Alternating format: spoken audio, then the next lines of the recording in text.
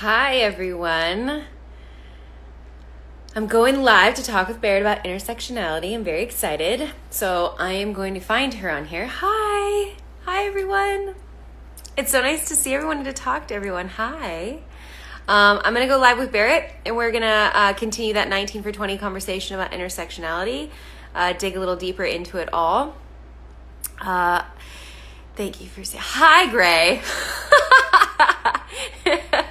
Gray, you're ridiculous. You're gonna have to join in. Be careful. I'm gonna get you in on this conversation too. Okay, I'm gonna pull on Barrett right now. I gave it a second. It always takes a second to look. Oh, nope, not that. Oh, no, yep. Barrett, where are you at? Where is she? Let's see. Gray, I'm tempted to go live with you. I don't see Barrett on here. Barrett, where are you? Haha, hi. Hi, Gray. Well, hello, Shondaland. Saying hi, Gray, too. You guys, I'm just waiting for Barrett to join. I don't see her on there yet. Let's see. Hello, hello. I didn't put any makeup on, and now I'm realizing that might not have been the best idea, but that's okay. Fresh-faced. Come on. There she is.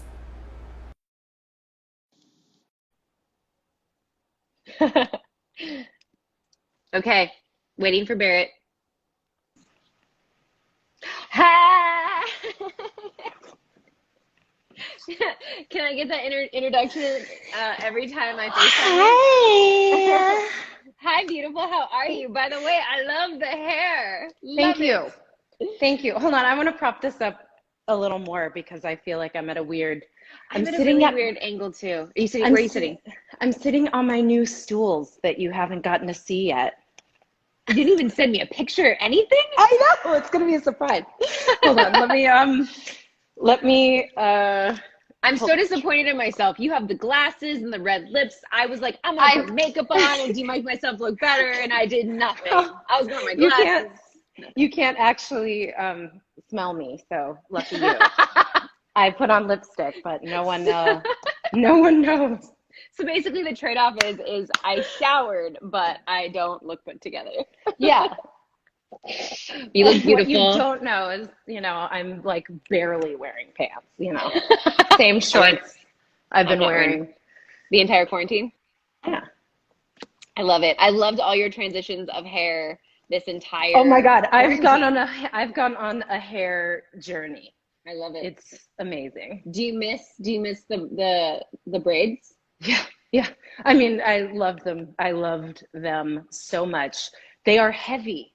They're Mm. very heavy. And for people who didn't know, that was the first time I'd ever gotten extensions, and it was like a total adventure. And I learned that all I ever want to do is have like cool, big I loved you'd always do this. hair. I was always Oh like, my you know, God. I was like, I've like never touched my hair that much in my life because as people with curly hair know, the more you touch it, the bigger it gets. And sometimes that's not the look you're going for. So I just like, it was so fun to be like, oh my God, I've never had hair this long. So I'm just gonna like swing it around and like, yeah, it was revolutionary it looked for amazing me. on you. And Oh, would you thanks, ever pal. would you ever ask the show if you could like have it in the show?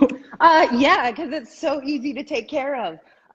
But I don't know how I would get a helmet on all Do you that think you hair. could like wrap it in a bun like down here, like lower? A bun of that much. I mean, I would have to get like Ah, less braids next time, or shorter ones at least, because a bun with all of that hair would be about this big. yeah, not gonna Like fit in the helmet so much. it's No. not, it wouldn't fit anywhere. It barely fit on my head, but yeah, it's been fun. And now I just want to pull a Danielle or a Maya Bishop and just cut it all off. Really? You want to go shorter than this No, even? I Just mean, like cut it. it like doesn't bother me at all. Like I realized I had been sort of growing it out and out and out because I hadn't had long hair for a really long time. But like, Yeah.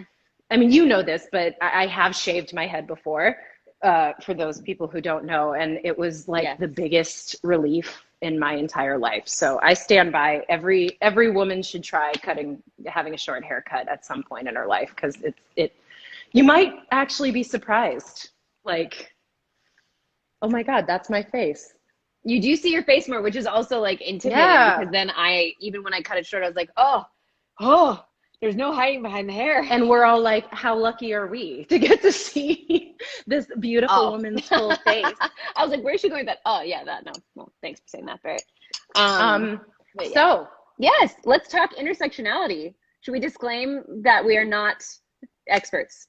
sure. I mean, luckily, like I said this when I talked to Brett about white privilege. I was like, there are some topics on which like certain people actually, it's just sort of, if you want to speak to your own experience, it is something that you have you have an opinion on because you live it, So I was like, actually, Brett, you probably don't need to talk about not being an expert in white privilege because, you're a white man. It doesn't get much, it doesn't get much more privilege than that other than financial and, like all of that. Like you just have, there are, acknowledging that privilege is helpful and saying like, yeah, I've had this experience, but it hasn't been what everyone's had. But anyway, point is, we are both women, so at least we're, part of the way there in some of these conversations. And I'm a Black woman. I'm a woman of color.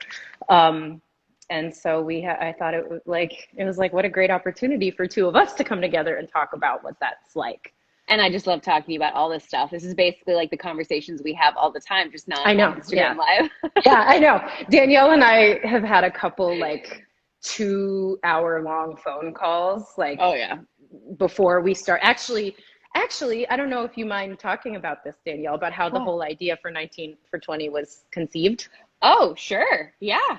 Do you want me to talk or you want to talk about it? Well, no, I mean, we can both talk about it because it was actually a conversation between us that sort of like sparked this idea because we were talking about after the murder of George Floyd, we were talking about a lot of these issues and the energy of the whole world sort of surrounding this stuff. And we were talking about specific ways in which we can see inequity in the world. And I brought up gerrymandering.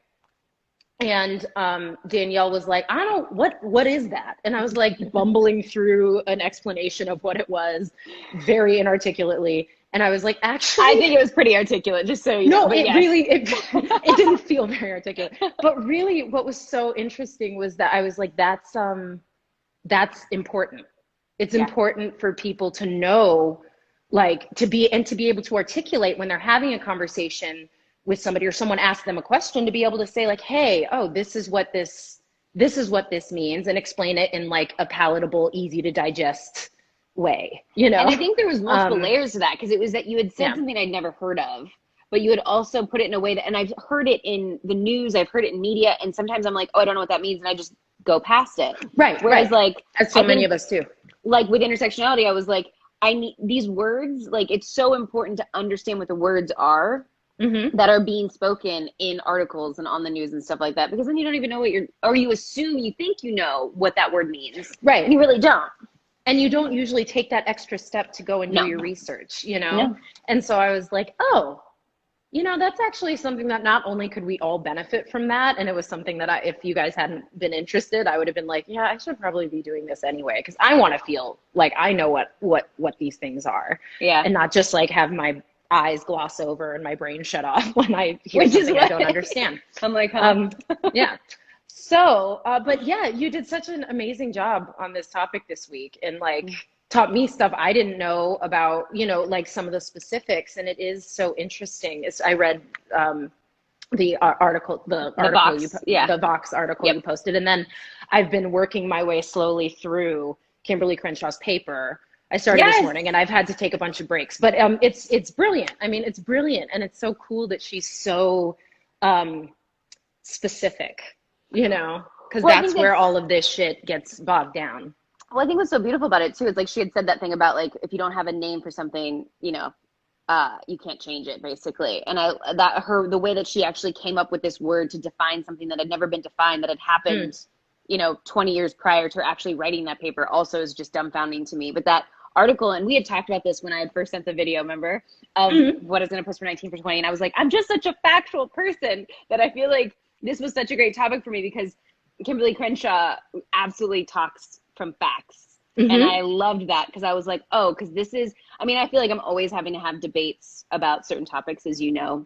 in my personal life with other people with opposing opinions and stuff. And so with facts, I always feel like you have like kind of this arsenal of like, but no, but no. So I love facts. And so I love that that whole paper that she wrote is amazing and is so factual and so specific that yeah, Kimberly Crenshaw is incredible. Shauna Landry said. So yeah, I absolutely loved. Now what, as far as the word intersectionality, how has that changed from before and after I took on this word and everything? Like, what was did it change a lot? Your understanding of what it was? You know,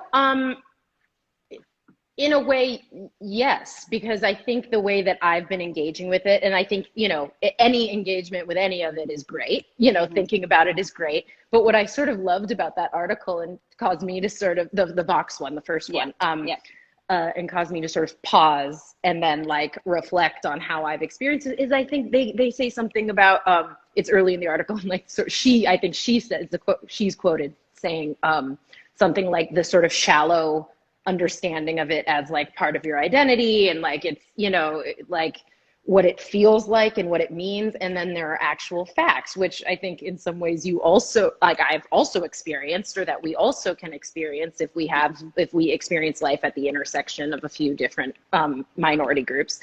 But it's like actually questioning, what can we do about it? How do we like approach a problem like that really tells us all we need to know, because it means that our system wasn't set up to deal with that. No. And I think in one of my original videos I made, and I don't think you ever even saw this video, is I had said something about like, you know, laws, especially the Civil Rights Act, I said that backwards, of 1964 were written by, and this is, again, I want to go into why intersectionality has become such a, like this word that people also are saying is like a bad thing. I know. Because I really want to talk about that. Fucking Ben Shapiro video. Oh God. Like, I've watched his stuff before. I've had like many long-winded rants with my boyfriend about that asshole. But but I was gonna go to when I first, and it wasn't an insult to white men either by saying this, but I'm like, our laws were written in 1964 by white men. And it's not like it's an insult. And and for. Like, and even just like when we talk about how in film having writers of diverse writers of all different sexual orientations and race and everything you can think of, political viewpoints, everything, so that you can get a really well-rounded view in a writer's room, or at least perspectives, right?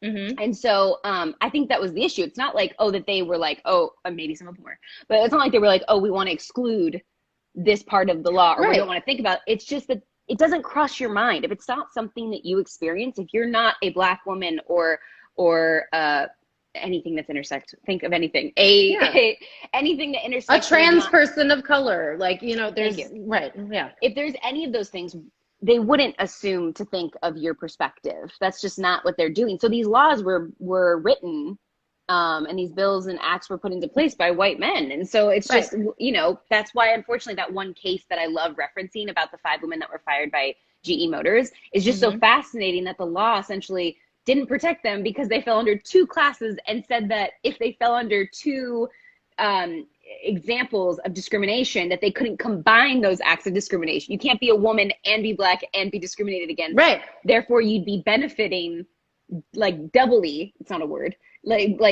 twofold. You'd be benefiting twofold by a discrimination law. And you're like, but wait, isn't this discrimination law supposed to protect me?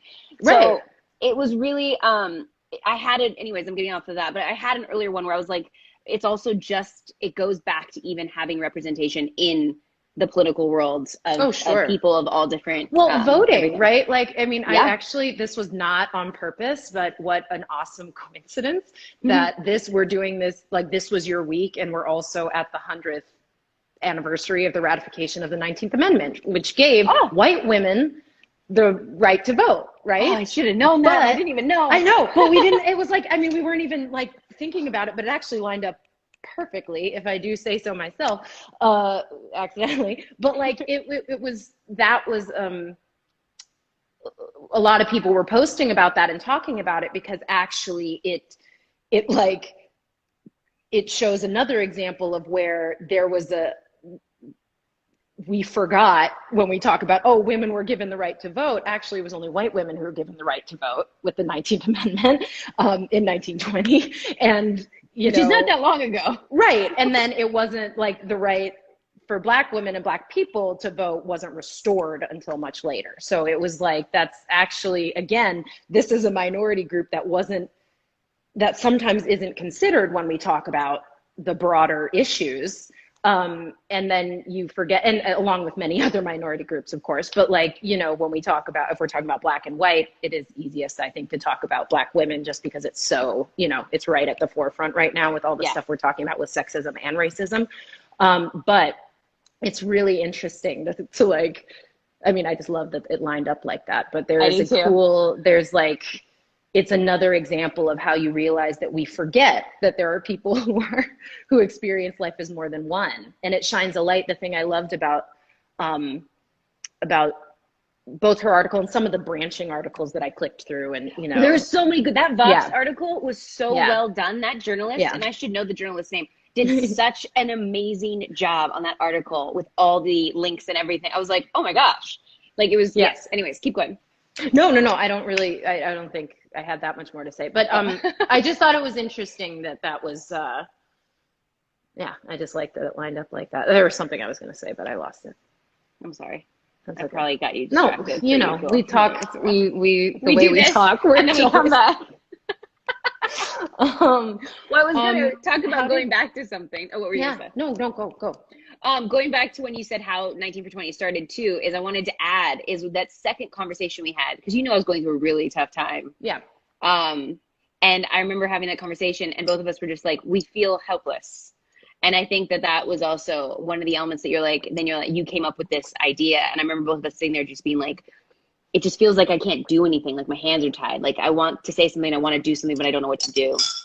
And I just thought it was beautiful. And you came up with this with, you know, and you and Jason talked and, figured out the specifics. But like, I do remember that was a big part of it. Even for me was like, it feels like we're at least doing something. And I love it. And I love, as you know, I love facts. I love words. And I'm like, what does that mean? And you know, for everyone that doesn't know, Barrett is like the vocabulary queen. You are constantly. That's going to put me on. Be like. No. Don't even. She's always saying, now, of course, like, whatever, maybe you don't know all the vocabulary in the world, but compared to me, you know a ton of vocabulary. And I'm constantly, throughout our entire friendship, you'll say words, and I'm like, what does that mean? What does that mean? What does that mean? So I just love that it came full circle, and now we're, like, you know, defining words that have so much importance. So anyways, back to intersectionality. What question were you going to ask? I was going to ask sort of was there anything that that really surprised you, or something that you you hadn't thought about before? Because like you said, we've talked about this stuff a lot. Yeah. But then of course, when you actually read some, it frames everything differently. So we're not talking about sort of, and I remembered in that article, they said something about the sort of like shallow world of representation and, you know, like an identity, and how sometimes that sort of creates a block for people. Mm-hmm. And for particularly, as that article also specified, like conservative people to sort of wrap their heads around the idea that it's not about inverting the you're not doing this. You're not like taking the people at the top. You're just kind of doing this. The priorities. You're just trying to I've never done that before. Sure. We're not a professional dancer. That's what I did in my video. We're not doing this. We're doing this. But yeah, no one's trying to like invert the power structure here and put the people who like experience the most oppression at the top, and then, you know, work your way down from there, putting like rich white men at the bottom.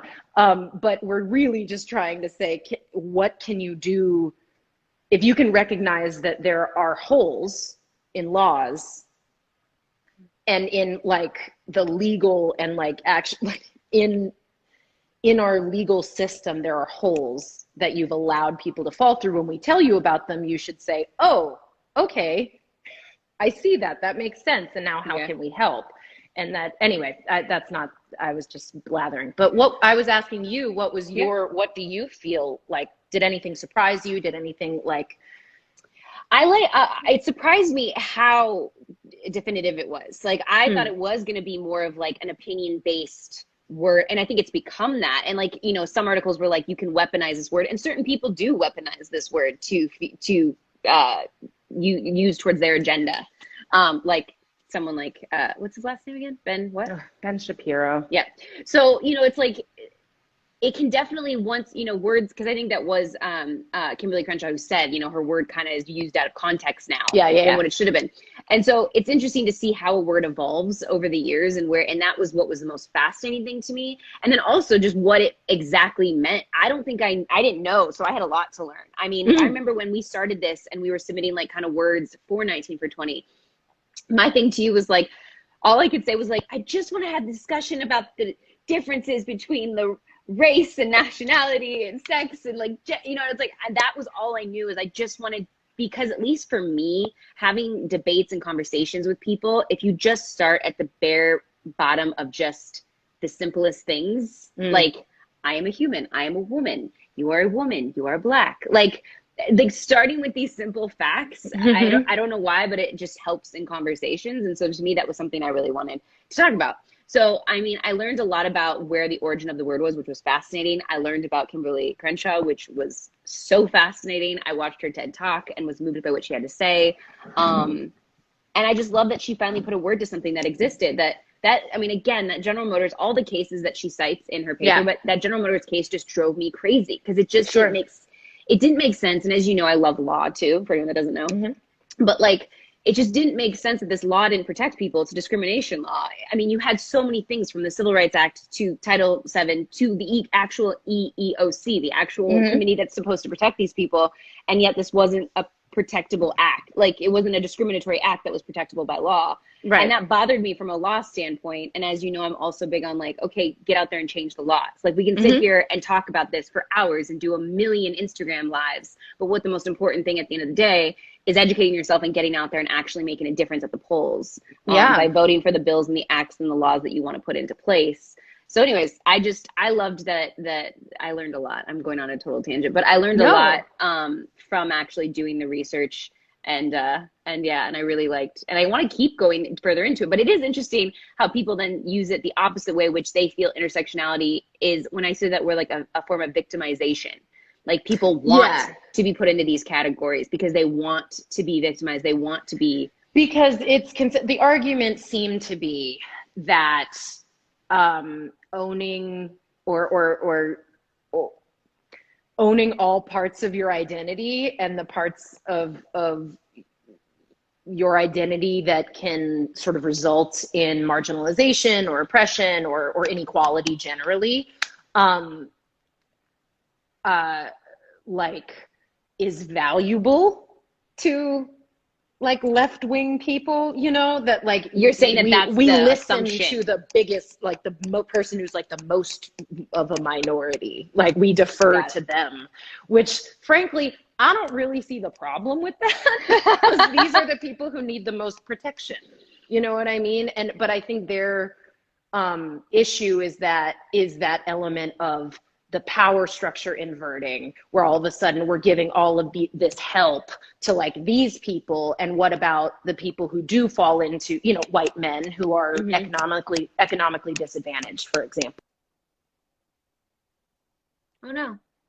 Oh, there you go. You're frozen. Oh, wait, there you are. Hi. Sorry. Hi. I realized I was breaking up, but no, like if you, I mean, that's why I think the point of all of this is to talk about all of the issues from top to bottom, to help everyone. Because I also think the people at the top of the power structure are forgetting about economically disadvantaged white people, men and women too, in a lot of ways. And using, I mean, my opinion is that they are using that instead of, they're actually using the very identity politics they rail against to divide us, you know, instead of saying people who come from economically disadvantaged backgrounds can all identify with feeling disadvantaged. They're actually saying, well, those people are trying to take something from you.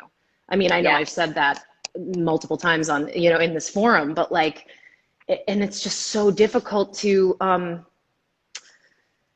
argue with that when people just, everyone wants to believe that we've made it on our own. You know what I mean? And it's really hard to admit that there are unearned privileges that some people have, and there are unearned privileges that we should all check ourselves for, right? Like when we say check your privilege, that's for everyone. It's not just for, it's not just for white people. It's not just for rich people. It's for everyone to like sit down and say, okay, where am I? What privileges do I have that I haven't had to work for? Yeah. And there's a lot, there are many. Being able-bodied, for example, being here, I mean, there's like so many different things that people don't even consider. So it's interesting. I thought that there was one more thing that I wanted to say before I forgot. Okay, I'll be quiet. And it was that, no, it was that she said something, I think she said something towards the end of that interview where she said something about how racism evolves too.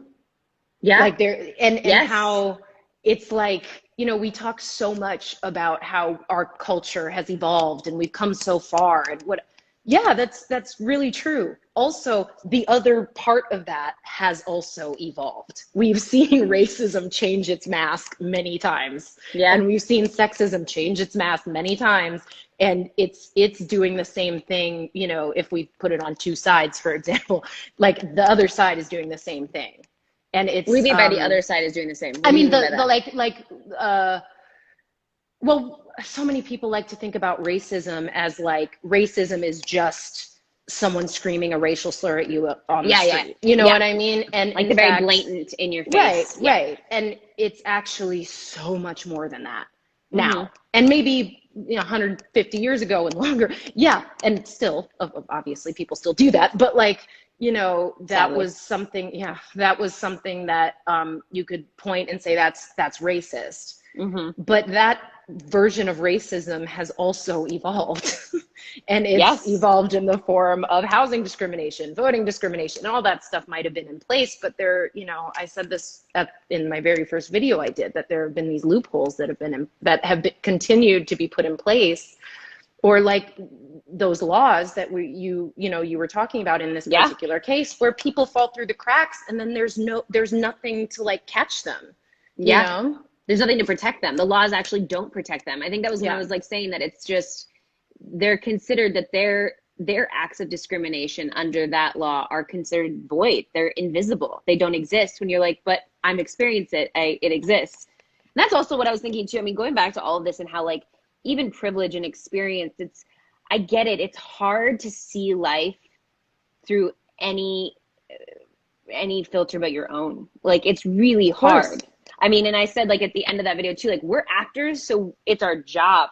It's literally our job to see multiple perspectives and to try to understand. I mean, you're not even just understanding yourself as an actor in a scene. I've got to understand where the other person's coming from. You've got to understand so many different facets of it and to be empathetic. And those are things that we have to do for a job. That's why I probably also feel actors are so empathetic and good at being great on issues of equality, because we're like, no, we get it. Whereas it's really hard for a lot of other people that just don't see past their own experiences, which I also too have to understand sometimes. I mean, obviously if it's extreme, no, but like that's what makes sometimes these conversations so hard, is it's like, how do you talk to someone that's like, but I've been through harder things, I've been through something harder, I've been through something, and it's a really hard. I wanted to cuss just now. I thought we were having our own conversation. I'll do it for you. I have a question for you. Yeah. In that vein, have you discovered any new tools for communicating? To having this conversation with people who it might be difficult to have this conversation with? I think having facts in general, like for me, citing things like an actual case that happened really helps. So I've learned, again, just going back to that really, really, really helps when you're having a conversation, because people always want to say when they're in a defensive mode, give me an example. I've never seen it. I've never experienced it. Give me an example. Or like, I know these are my experiences with said community. Sure. And this is what my experiences have been. And I'm like, yeah, but that's not my experience. And on top of it, here's some facts about certain things. So it's definitely armed me with more knowledge about things and I can have, because I was feeling very overwhelmed at first. Sure. When I was trying to have these conversations, and I knew in my heart and in my gut what was right. I knew what I stood for, but I knew the certain facts at my fingertips, but I didn't know as much as I know now. So that's, I mean, I think that is the most important thing. But also too, I have learned through some crash course during all of this, like the whole baby steps is okay. Yeah. Like that it's a lot of information to take in if you've never had to experience it or deal with it or whatever. And so I get that some things, like I think I told you, like I'd have a conversation, I'd be so upset because I had this conversation with someone and they just didn't get it. They were in opposition. They weren't even willing to see it from my perspective. And then a week later I'd have another conversation and they were coming around to certain things, or they had done a little research on their own. And so I learned how to have these conversations without getting super upset or passionate about it or defensive or whatever. And just kind of realizing that, like, at least for the people in my life, the people I surround myself with and my friends and stuff, that if I really want them to see things from my perspective, that it's going to take time, you know? So I've learned a lot during this quarantine COVID social movement life that we're living in right now. Honestly, if that's like everything, if that is all that anyone did during this time, like even just a little bit a week makes a difference, you know? Like I'm seeing that myself. Like doing this kind of like exploration is like really exhausting, you know? And I think and it's true, as a minority, it's like, it is even more exhausting. Like, I don't know, we were watching Finding Your Roots on PBS the other night, and I was like, I got like really emotional about it because I really want to do that. But it was an episode with Queen Latifah and Jeffrey Wright. It's you like go back and I didn't explain it. Henry Louis Gates Jr. does a show where he like goes through people's family history and like follows their family line sort of as far as they can take it, and you know, whatever. And it was fascinating. But he did Queen Latifah and Jeffrey Wright, I think, who are both, you know, Black actors and performers. People may not know. That's Black actors and performers. It was very interesting because he was following Jeffrey Wright's family tree. And at one point, Jeffrey Wright's African American, and he gets to a certain point where they've tracked one particular ancestor, and then they got to like the sales record, like a sales record. And that's common for Black people, African Americans, who are trying to find their slave ancestors. But there was one, they basically reached a blockade because they got to a record where it was people's sex and age, but no one had a name. It was just check marks. So he will never be able to go farther than that, you know? And it's something that's like, it's just crazy to think that your history, your family history is totally lost. It's erased. As a result, it's erased. And it doesn't mean it didn't happen. And you can still, Jeffrey Wright really made a nice point. He sort of took power in that and said that, like, but he did get a name, you know, and he did have a legacy. He didn't, you know, die unnamed slave number 6, you know what I mean? And that's, but it's, you know, there were many who did and whose histories are lost. Their families might be around, but like there exist, like, who were they? And it's just, it's so sad. And I realized that, like, my dad brought that up the other, sorry. No, keep going. Your dad brought you up what? But my dad brought it up the other day when I was talking to him, and he was like, I don't know who Mr. Doss was. You know? Yeah. We don't know who that person was. It's a German name, so, you know, it was somebody's, but it wasn't our family. I mean, so it's, or I suppose it could have been, but, like, you know, it's like, it's sad. It is. And to be, and again, this is where your vocabulary brain's gonna have to come in to when you're, what, like when you're minimized, when you're, come on, help me out here. We're gonna play a game of charades right now. When Distilled, marginalized. no. What are you looking for? Like when you are not help me out, guys. Like When what you were saying about being defined by basically a gender and an age, when your entire existence is oh God, nope. See, this is where I fail you, but I'm with you. Someone's gonna come up with it. I want someone else. It's not minimized, but it's like No. minimized. It's reduced. Reduced. Yes. Thank you. Yes. Thank you. Wait, who was that? Fernanda.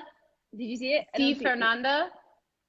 S-I-H. Thank you so much. Fernanda. Thank you so much. Thank you. When your entire existence is reduced to your sex and your and your age. I'm sorry. I was like, why can't I think of this damn word? Or defined. Everyone's with it. Everyone's defined. With it. Yeah, great. Yeah. So yeah, it's this is what happens. People are getting a real insight into our conversations we have normally when we're not on live. But yeah, it's crazy to think when you look back in history and how much I'd be interested to see even what my, history is. I don't know what my history is. I have no idea. I think it's so fascinating when you realize where you came from. Going back like to intersectionality and stuff, why do you think, and I guess it also ties into white privilege, it ties into everything really, but white privilege as well, is like, why do you think so many people view these conversations, these words, the feminist movement, the Black Lives Matter movement as an attack on white men? Like you hear so many people saying they just want to take white men out of power. They just want to, it's all about hating white men. It's all about hating men. It's like, why is that? Why, in your opinion, obviously there's going to be no definitive answer ever, but like, why is that such a strong response when people are sitting there just going, hey, I just want equality. Because I just want to be equal. They're fragile as fuck. And I have no problem saying that. And that doesn't mean they're weak. It doesn't mean they're incapable. It just means they're not used to receiving back. Everybody wants to hold on to what they already have, right? Because there is this sort of and well, not even their identity. They're like their things. And I think they're afraid that their things will mean nothing if other people have them. Sorry. That was, my phone is dwindling. I'm going to go find a place to plug it in. But what I was going to say was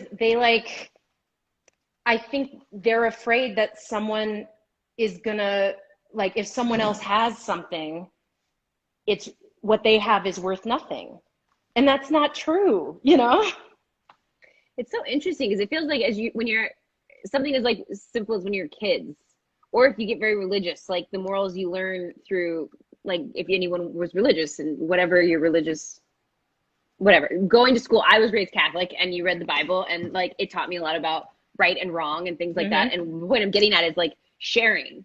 Like it's something as simple as like we're taught as children to share.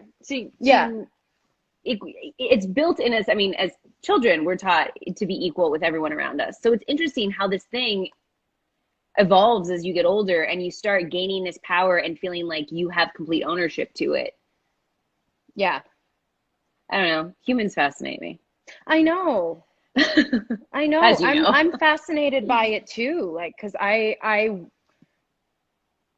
because so many people are open to it, and are open to seeing that change and seeing that shift and want it, because it would make everyone a lot happier and it would be an easier world to live in for all of us, I think.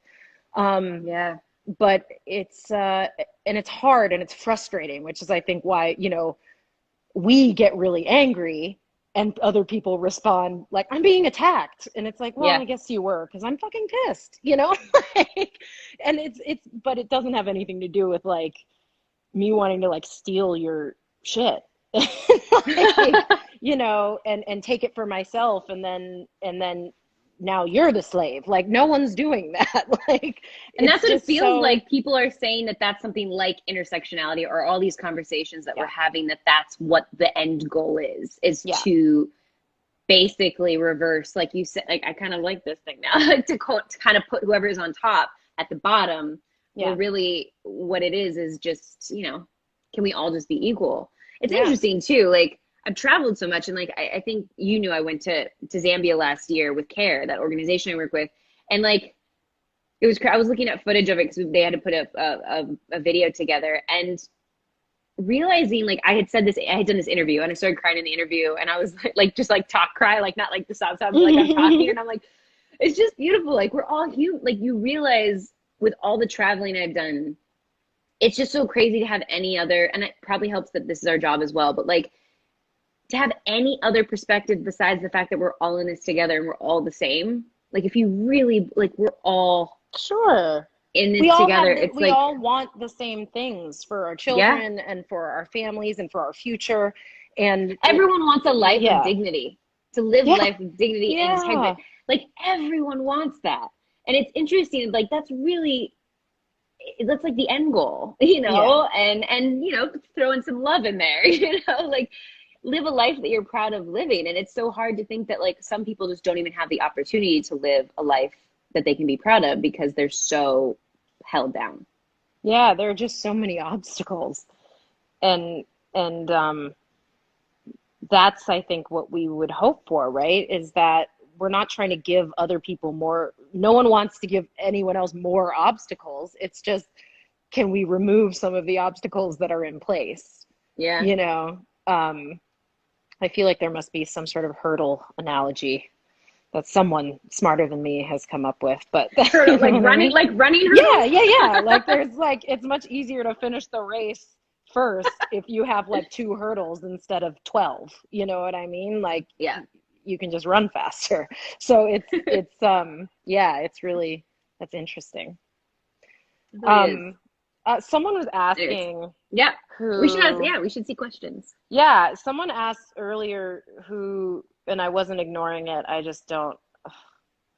What? I don't actually. Someone is asking if they should know who Ben Shapiro is. If you agree with any of my personal politics, watch him so you can like do research, oppo research on the enemy. He sucks. I hate his politics so much. It's not even like, I just, but people love him because he's all about facts. Like, that's his sort of thing. And I don't fuck with him because he likes to filter his facts through a bunch of bullshit first. So excuse my language, but I do love like hearing people from opposing views. I love it. I do when too. I sent you that, like, I love the debate. I sent you the video with like the 5 people that debate. Like, but she's another one, 2 of a kind. Those 2. But I personally can respect if someone, because in this country, you're right to have your own opinions, right? So I'm like, okay, what is your opinion? And I have a right to disagree with it. And I think that that's something that's beautiful too, to kind of see firsthand that we live in a country that allows us to have our views, whatever they may be. Obviously, you know, sure, I don't, you know, I'm not condoning racism and hate, but I'm saying like opposing political views basically and things like that. And people can have certain things. And I think that's something that I find so beautiful and can respect a really well-educated debate about 2 people with 2 very opposing views. And I love that. And I mean, you can disagree with it and just be like frustrated by the person, but I do have to say, I'm like, okay. I love watching people who are well prepared for an argument come in and have an argument. And that can be from all sides. Now, I hate to see my side lose, but I will, but I, you know, and I never really see it as a loss, but like, you know, I do think that like, it's always nice to watch people articulate things really clearly and well, because then it becomes easier to follow the arguments, you know, and when people can try to remove emotion from it as hard as it can possibly be and follow up what they're saying with facts. But, you know, when you're picking and choosing what facts are important, it becomes really hard to have an argument with those people. Would you not also agree that everyone, and we have to just admit this, votes or speaks or has opinions in their own self-interest? I mean, I think that's just innately how we're going to see the world. Honestly, I would hope not. You would hope not, but do we, but, as humans, if you're going to vote about a certain law in the state of California or something that helps you, say, we're not even talking like, interesting. I don't think everyone does, because honestly, and I'll speak, and that's probably because I think Black people have had to vote for less than perfect for the last 70 years since they received the right to vote. You know what I mean? And sometimes actively you have to vote, for example, for a candidate who actually has not embraced something that was helpful. And that so no, I disagree. But would with you that, have actually. would you have to say though that if there's two people that you have to vote for, you're going to vote for the person that, yes, we're never going to have perfect anybody, unfortunately, but like, would you always vote for the person that's going to be closer to your own, personal opinions? I mean, no. Well, only because I know I feel like I know some people, like members of my family, for example, who may be, have a certain experience in life and like have, while they could vote to maintain something that they have or something that might like further my grandmother, for example, she was a very fortunate woman and she worked really hard to get there, but what might have benefited her would be to vote to like hold on to her wealth or hold on to her, her crisp white family. And she didn't, and like it, and that's left a legacy in my family, I think, for some of us. That allows for my mother to feel a certain way about some, I don't think technically she votes in her own self-interest, but I think she votes with her conscience. And I mean, obviously, fairly, I'm her kid, so she's, but my mom's a white lady, and she, but yeah, I don't know. That's a good question, though. It's a good question to like spark debate. It's like a cool thing. I just love it because I think there's also for like our viewers to ask their friends. Yeah, I'll go around to some questions. Like, do you feel you personally vote in your own self-interest? And is voting in your self-interest a bad thing? Like, I think that's also, white privilege has become this bad thing, right? Saying the word white privilege, saying I have white, it seems like white people view it as a negative thing. Some people I know, yeah, absolutely.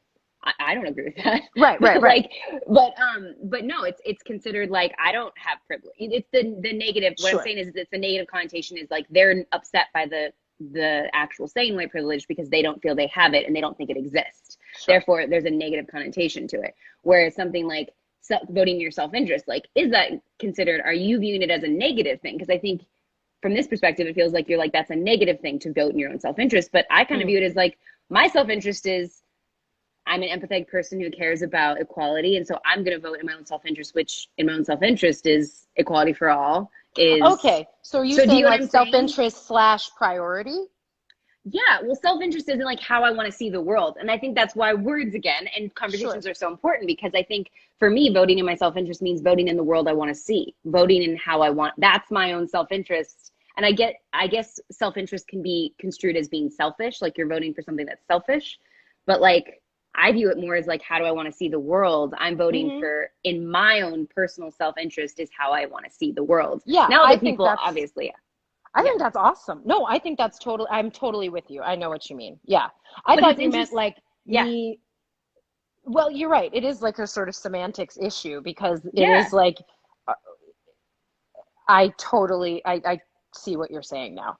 Because my initial reading of what you said, or my understanding or interpretation of what you said, was that like self-interest means so I have more. of what Mm. I want. And I guess I probably filtered that through like a financial gain sort of From the financial conversation, side of as things. Yeah. opposed to Social issues. social issues, which, yes, I certainly do vote in my own self-interest. And, and most people, I mean, well, I would say a lot of people I know do. And, I guess it depends what you prioritize when you're voting. And is it for the good of the collective, or is it for the good of you independently and not having to change your life that much? And sometimes it's really hard in the sense that, like, and I could touch on some really serious conversations, but like someone that can be something as strong as some pro-life. Like you have a candidate that's pro-life, but you everything else about the candidate you can't stand. Like you disagree with every one of their policies and every single thing, but they're pro-life. And this candidate over here is what's the opposite? Sorry?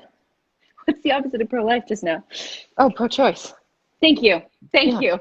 My brain's starting to get fried. You good, girl? I was like, what is the opposite? You've been like talking and doing your thing for like 6 hours. You're totally fine. But then over here you have someone that's pro-choice, but is in agreement with every other thing you believe in. And I think sometimes that's what makes politics so difficult, is you're having to split the hairs of like, what is the most important thing for me, or for the world, I should say, right now. Sure. Do I want to put away this one thing that I'm so strong about to then support somebody that's going to have a bigger impact on the world in the long run? It's complicated. It's complicated. It is. And it's hard because when we're voting, we're looking at people who are packaging things, right? Like, yes, everyone's in a package. Abortion issues are also lumped in with a bunch of other things that maybe some people didn't want to sign up for, which is also why, to me, you can have personal opinions. I mean, this is another big, serious issue that deserves attention. And but you can, it's always just been shocking to me that people who are pro-life don't quite understand that, like, part of it is like, well, no one's forcing you to do anything. Like, you know what I mean? Like, it's not, it doesn't have to affect you. And I understand, like, I've read the other side of the argument and I've seen the signs. I'm good. But like, someone just said something. They said intersectionality cannot exist where the class divide exists. What do they mean by that? If you don't know, that's okay. And maybe that person can elaborate. I'm not really sure. Intersectionality can't exist, does not exist? It says intersectionality cannot exist where the class divide exists.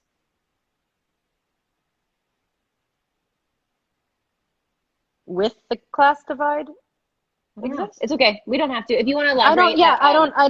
Please do. I don't understand.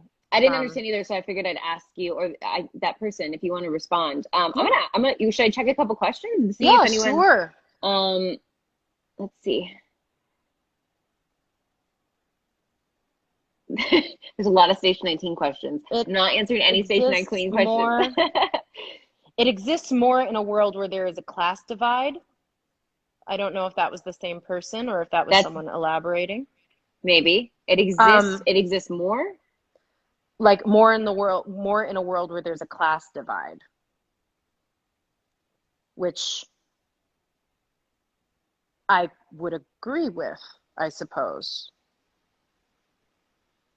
It's an interesting, if that person can elaborate, that'd be great. Class divide is a subsection of intersectionality. That's a new person saying something, I think.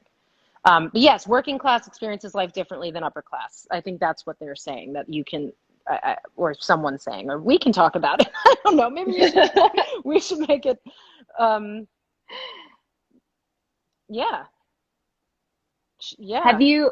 I mean, I'm sure you have talked about this in prior ones, but someone had asked, have you ever had an experience where you have felt discriminated against for something in particular? Can you remember it? Can you recall it?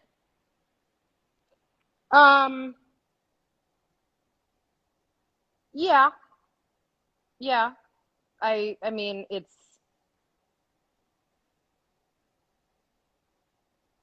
I'm trying to put my finger on like what, well, yes. The answer is yes. And it was about my hair. And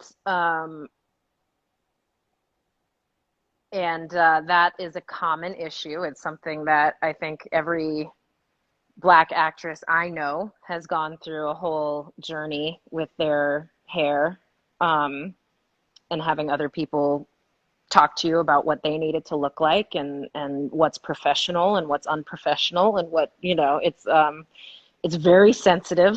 It's like a really highly sensitive topic for women of color because it impacts like so much of your life. Curly girls know how much time we spend and how much money we spend and effort we have to put in to take care of our hair. And to have people talk about it like it's an inconvenience to them is very, I know it probably seems like it's not that big a deal, but it is an incredibly big deal. It's incredibly offensive, and it really makes you feel like you're not seen like everyone else, that like, Yeah. I mean, I'm sure there's more, but that's literally the first thing that jumped into my mind, because every time I have that experience, which luckily, thank goodness that we work in Shondaland, and they care about that and avoiding that sort of like emotional discomfort and awkwardness, because as you can imagine, you're in a professional setting, you don't want to like clap back at anyone, and you just want to please them, when Do you feel like you go to work, and it's hard. Well, do you feel like too, you speaking up about things like your hair, how you want your hair done, or you're not liking your hair a certain way, also feels unjustified? You've been made to feel like it's unjustified. Well, right, because it feels like, well, it's not that important, and you're like, actually, it's super important, and you're asking me to come here to play a character who looks like me. And at the same time, you're telling me that what grows out of my head is like not what you pictured. And it's different if like we talk about the character and we think, oh, this might be a person who wears her hair straight, which is a totally valid character. Like as a Black woman playing a Black character, you do ask yourself that question. And that's a really important question to answer. But to do that, not through the lens of the character, and to do it because I don't like the way that looks, is not okay, and having that conversation with an actress about like it's like having a conversation with an actress about her body, right? Like, I mean, that's as sort of uncomfortable and painful, and like, what are you saying to me? Like, if my character's supposed to be like super ripped, then I will do the work to get super ripped, or I'll blow my hair out straight and it'll be fine. But like, don't come here into this conversation and just say, I didn't picture her at this weight, for example. And then you're all of a sudden like, but why not? Anyway, how about you? Hold on. We're about to lose the live. I'm getting told by everyone they're losing it. I got to hang up and call you right back. Okay. Save that I want question. you to answer this question. Okay. I'm calling you right back. Okay.